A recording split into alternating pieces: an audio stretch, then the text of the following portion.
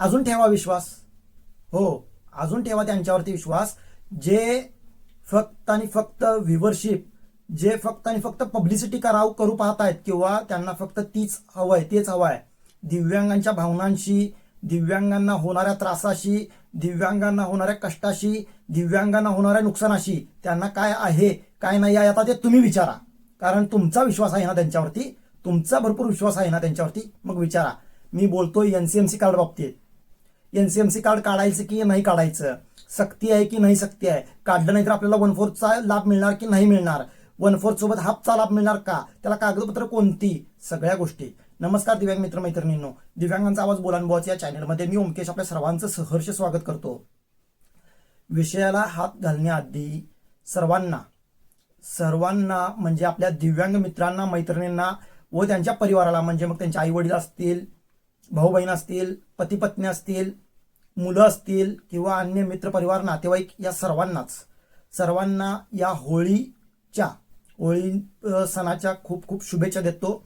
आणि या होळीमध्ये जे काही अग्नी लावला जाणार आहे, तर त्या अग्नीमध्ये आपल्या सर्व दिव्यांगांचा जे काही त्रास असतील, ज्या काही वेदना असतील, जे काही आजार असतील, ज्या काही त्रास असतील, जे काही दुःख असतील, ते सगळं त्यांच्यासोबतच त्यांच्या कुटुंबियांचं सगळं दुःख, त्रास, वेदना असतील किंवा कष्ट असतील, हे सगळे जळून राख होऊ देत. आणि येणारी धुलीवंदन किंवा धुळवड आपण म्हणूया, काही ठिकाणी धुळवड म्हणलं जातं, काही ठिकाणी धुलीवंदन म्हणलं जातं. तर ही धुलीवंदन किंवा धुळवड सुखाची, समृद्धीची, आणि हे येणारं वर्ष सुखाचं, समृद्धीचं, आनंदाचं आणि निरोगी दायी जावो, हीच एक या होळी चरणी म्हणा किंवा ईश्वर चरणी प्रार्थना करतो आणि व्हिडिओची सुरुवात करतो. तर मी बोललो होतो का नाही, दिव्यांगांसाठी हे परिपत्रक नाहीये. तुम्हाला जोपर्यंत ते पुरावा पाहत नाही तुम्ही, तोपर्यंत तुम्हाला विश्वास बसत नाही. कारण आपल्याला म्हणूया आपण, आता तुम्हाला म्हणत नाही मी, आपल्याला, कारण मी तुम्हाला आपलं परिवार म्हणतो किंवा माझंच एक नाळ जोडलेली आहे म्हणतोय. त्याच्यामुळे जर मला तुमच्या बाबतीत चांगलं बोलायचा अधिकार असेल, तर तुम्ही जर चुका करत असाल तर त्या चुकीचं सुद्धा बोलण्याचा अधिकार आहे की नाही आहे तुम्ही सांगा मला. पण आजच्या दिवशी बोलायला नाही पाहिजे हे, पण ज्या काही गोष्टी घडतायत तर त्या गोष्टी मीच बोलल्या पाहिजेत. नाही बोलल्या तरी अशा चुका होतच राहत आहेत. वारंवार सांगत होतो मी, दिव्यांगांसाठी हे कार्ड नाही आहे म्हणून, किंवा दिव्यांगाचा उल्लेख त्या पत्रकामध्ये नाही आहे म्हणून सांगत होतो. पण जे काही सोशल मीडिया इन्फ्लुएन्सर असतील, जे काही व्हॉट्सअपवरती किंवा फेसबुकवरती किंवा टेलिग्रामवरती म्हणा किंवा इंस्टाग्रामवरती जे काही व्हायरल लोकांना करायला वाटतंय, पाहतायत ते, किंवा व्हायरल होऊ पाहतायत, यांच्या मते मात्र होतं दिव्यांगांना एनसीएमसी कार्ड सक्तीचं होतच असं होतं, त्यांच्यासाठी होतच. पण आता त्यांनी पण युटर्न घेतलेला आहे.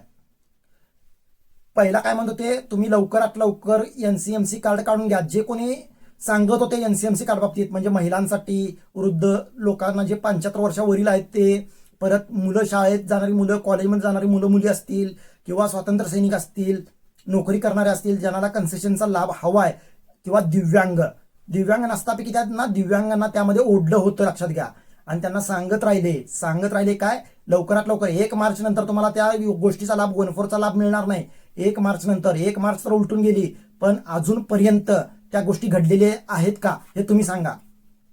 आता मी फक्त या सोशल मीडिया इन्फ्लुएन्सरना दोष देणार नाही, तर याच्यासोबतच जे काही एसटीतून आम्ही प्रवास करत होतो, तर त्या काही जिल्ह्यातील कंडक्टर असतील, काही जिल्ह्यातील जे ड्रायव्हर असतील, काही जिल्ह्यातील डेपो मास्टर असतील, यांचीही तितकीच कृपादृष्टी राहिली दिव्यांगांच्यावरती, की त्यांनी पण सांगितलं की 1 मार्च पर्यंत तुम्हाला यूडीआयडी कार्डवरती प्रवास करता येईल, 1 मार्च नंतर यूडीआयडी कार्डवरती प्रवास करता येणार नाही असं सांगितलं गेलं. बरोबर आहे. पण काही जिल्ह्यात असं सांगण्यात आलं की तुम्हाला यूडीआयडी कार्ड शिवाय पर्याय नाही, तुम्हाला अजून महिना 1.5 महिना यूडीआयडी कार्ड व्यतिरिक्त काही घ्यायचं नाही म्हणून सांगितलेलं आहे. अक्षरशः माझे दिव्यांग मित्र मैत्रीण डेपोमध्ये जाऊन आले, डेपोमध्ये रांगेत उभारले, पण ज्यावेळेला त्यांचा नंबर आला त्यावेळेला त्यांना तिथं एनसीएमसी कार्ड काढून दिलेलं नाही.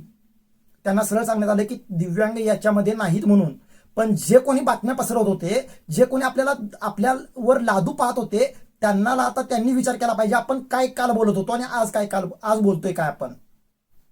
कारण कालच्या बोलण्यावरून तुम्ही आज लगेच बदललाय हे मात्र लक्षात ठेवा. बरं, हे ते बदलू देत, त्यांना जे काय करायचं ते करू देत त्यांनी, मी त्यांच्या बाबतीत काही बोलणार नाही. पण आता तरी समजून घ्या, नेमकं आपल्याला खऱ्या न्यूज कोण देतंय, खऱ्या गोष्टी कोण सांगतंय, किंवा आपल्या हिताच्या गोष्टी कोण सांगतंय. आता बघा कित्येक दिव्यांग त्या खास ते कार्ड काढण्यासाठी गेले की नाही गेले. एसटी स्टँडमध्ये गेले, बस स्टँडमध्ये, बस डेपोमध्ये गेले. जे काही तिथं रांगा मोठ्याच्या मोठ्या रांगा लागल्या होत्या त्या रांगेमध्ये 2-2 तास 3-3 तास उभे राहिले आणि त्यानंतर आपल्याला निराशा आली. त्यानंतर मला फोन पण आले, मला मेसेज पण आले, मला कॉन्टॅक्ट पण भरपूर जणांनी केलं, मला लाईव्ह मध्ये पण विचारलं. पण मी नेहमी सांगत राहिलो की आपण काढायचं नाहीये, आपल्याला एनसीएमसी कार्ड काढायची गरज नाहीये. आणि तसं राज्य सरकारने पण पहिलाच त्यामध्ये दिव्यांग असा उल्लेख नव्हता, पण आज स्पष्ट त्यांना उल्लेख करावा लागला. का तर हे जे काही संभ्रम निर्माण होत होता, जे काही त्रास होत होता दिव्यांगांना, तर तो एसटी महामंडळ असेल आणि राज्य मंत्रालय असेल किंवा आपलं राज्य मंत्रिमंडळ असेल, यांना तो त्रास बघवला गेला नाही. आणि त्यांनी सरळ प्रेस नोट काढून सांगितलं, स्पष्टरित्या प्रेस नोट काढून सांगितलं.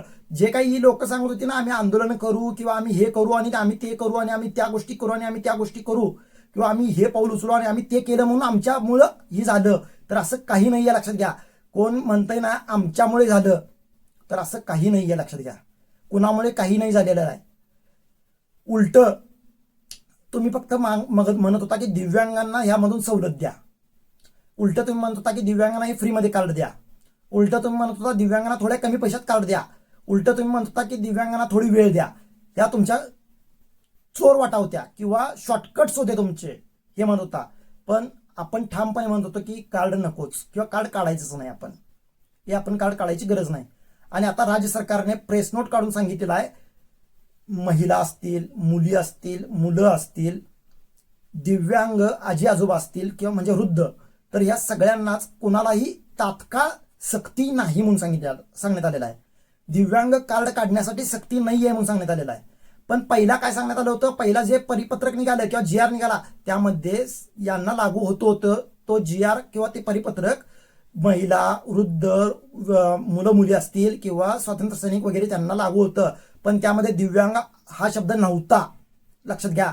आणि सरकारने कोणताच निर्णय रद्द केलेला नाहीये. लक्षात घ्या. त्यांना जे साध्य करायचं होतं ते त्यांनी केलेलं आहे साध्य.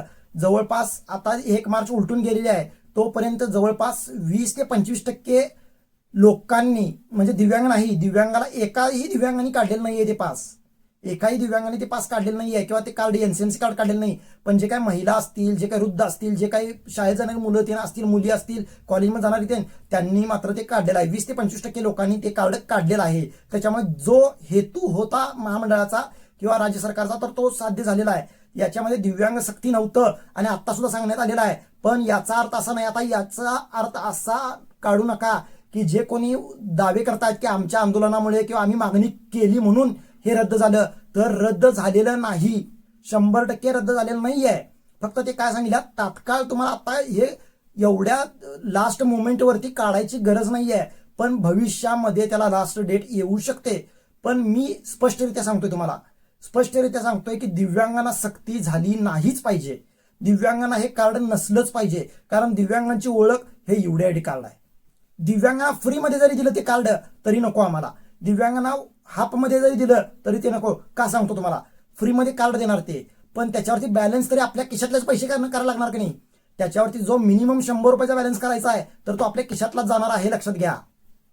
आपल्या खिशातलेच पैसे तिथं टाकायला लागणार आहेत. त्याच्यामुळे फ्रीमध्ये सुद्धा कोणी मागायचं नाही, फ्रीमध्ये सुद्धा कोणी घ्यायचं नाही. आपण दिव्यांगांनी सांगतोय, मी दिव्यांग आहे म्हणून मी सांगतोय. कारण आपण ते त्रास काय असतात किंवा त्या पैशाची किंमत काय असते ते आपण सांगू शकतो. जे कोणी दिव्यांग नाही आहेत ते काय खरे सांगणार आहेत किंवा त्यांना काय जाणीव त्याची. ज्याचं घर जळतं ना, त्यालाच घराची किंमत कळते. लक्षात घ्या. हे लक्षात ठेवा. मी कुणालाही टार्गेट करत नाहीये, मी कुणालाही चुकीचं बोलत नाहीये. तुम्हाला जे करायचं आहे ते करा. जे कोणी इन्फ्लुएन्सर आहेत, जे कोणी व्हिडिओज बनवतात, जे कोणी माहिती देतात, तुम्ही बनवा. पण आता आपल्याला कळलं पाहिजे की आपण फक्त बोलतो की सरकारविरुद्ध आंदोलन केलं पाहिजे, या महामंडळाविरुद्ध आंदोलन केलं पाहिजे, त्या मंडळाविरुद्ध आंदोलन केलं पाहिजे, त्या संघटनेविरुद्ध आंदोलन केलं पाहिजे. पण आपल्याला हे पण कळलं पाहिजे दिव्यांगांना की कोण आपल्या विरुद्ध आहे आणि कोण आपल्या बरोबर आहे. किंवा सरकार आपल्याला काहीतरी देऊ पाहत असेल किंवा काही गोष्टी आपल्या बाबतीत चांगल्या होत असतील, तर त्याला गोड बोलून आडवं पाय कोण मारतंय किंवा गोड बोलून आपला काटा कोण काढताय, हेही लक्षात आलं पाहिजे. हे पेन्शन वेळेस सुद्धा हेच झालं होतं. मी मुद्दाम उदाहरण देतोय. मुद्दाम दिव्यांगांची पेन्शन ज्यावेळेला 2,500 रुपये झाली त्याला हेच इन्फ्लुएन्सर आले होते इथं, हेच इन्फ्लुएन्सर आले होते आणि तुम्ही फक्त दिव्यांगांना 2,500 रुपये पेन्शन केली, मग माझ्या लाडक्या बहिणींना का नाही, विधवा महिलांना का नाही, माझ्या वृद्ध पेन्शनधारकांना का नाही, असं यांचेच दावे होते. आणि जर त्यांना द्यायचं नसेल तर दिव्यांगांना पण देऊ नका असे यांचे शब्द होते. त्यावेळेला तुम्ही त्यांच्या विरोधात बोलताना कुठे गेला होता? त्यावेळेला आता तुम्ही विरोध जर करायला शिकलात तरच ते आपल्या विरोधात बोलायचं थांबणार आहेत. जर आपण त्यांना सपोर्ट देऊ लागलो किंवा जर आपण त्यांचं समर्थन करू लागलो तर ते आपल्याला असंच गोड बोलून आपला काटा काढणार. लक्षात घ्या, आपली पेन्शन अजून वाढली असती, पण जे काही हे 4 दलाल होते ना, कुणाचे दलाल होते, काय आहेत, कुणाचे काय गोष्टी आहेत हे मला नाही माहीत, पण जे कोणी हे दलाल आहेत ना 4 रुपयांसाठी काम करणारे, तर यांच्यामुळेच आपलं भरपूर असं नुकसान होतंय. आणि या गोष्टींचा विचार केला पाहिजे. फक्त राजकीय पक्षच आपल्या विरोधात आहेत असं नाही आहे. लक्षात घ्या, आपल्या सोबत उभं राहणारा किंवा आपल्या सोबत आहे म्हणून दाखवणारा सुद्धा आपल्या विरोधात असू शकतो किंवा आपल्या सोबत राहून आपल्या पायात पाय घालण्याचा दृष्टीनेच आपल्या सोबत आहे की काय याचाही विचार आता करावा लागेल. कारण या एसटी महामंडळाचं जे काही NCMC कार्ड आलं होतं तर यातून आणि पेन्शन ज्यावेळेला 2,500 रुपये आपली झाली त्यावेळच्या उदाहरणातून आपल्याला लक्षात येतंय. त्याच्यामुळे कुणाला डोक्यावर घ्यायचं आणि कुणाला पायाखाली घ्यायचं हे तर आता आपल्याला समजलं पाहिजे.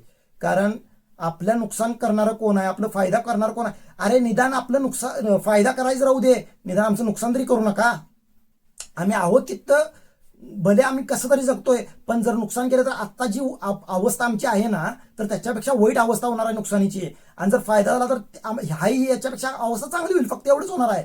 त्याच्यामुळे मी सांगतोय, लक्षात घ्या, कळकळीने सांगतोय की जे कोणी आता अफवा पसरवतात, जे कोणी चुकीच्या बातम्या देतात, पेन्शन संदर्भात असेल किंवा अन्य कोणत्याही योजनेबाबतीत असेल, कोणत्याही गोष्टी बाबतीत असतील, तर त्यांच्यावरती विश्वास ठेवताना, त्यांच्या सामोरे जाताना किंवा त्यांना सामोरं जाताना 2 सेकंद तरी विचार करा. मी लय म्हणत नाही 2 मिनिटं विचार करा वगैरे, 2 सेकंद तरी विचार करा आणि ठामपणे बोलायला शिका.